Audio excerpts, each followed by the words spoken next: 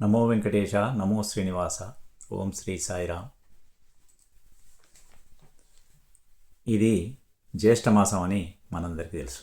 కానీ జ్యేష్ఠమాసంలో ప్రత్యేకత ఏంటంటే అధిక జ్యేష్టం వచ్చింది ఈ సంవత్సరం. మన తెలుగు నెలల ప్రకారం చైత్రం నుంచి పాల్గొన మాసానికి 12 నెలలు. అట్లా 2 సంవత్సరాల 9 నెలలకు అంటే 33 నెలలకు ఒకసారి అధిక మాసం వస్తుంది. ఆ అధిక మాసాన్ని పురుషోత్తమ మాసము అంటారు. ఈ నడుస్తున్న అధిక జ్యేష్ఠాన్ని పురుషోత్తమ మాసము అంటారు. ఈ పురుషోత్తమ మాసాన్ని మనము శ్రద్ధగా ఉపయోగించుకుంటే చాలా మంచిది.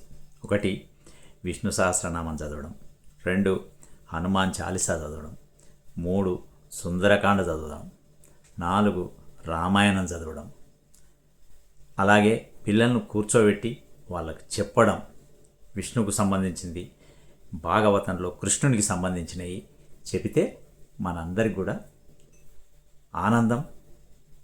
అది చదవడం వల్ల పుణ్యం. ఇప్పుడు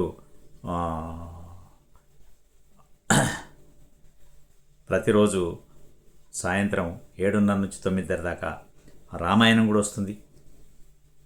ఆ రామాయణాన్ని చూడడం కూడా మంచిదే, వినడం మంచిదే.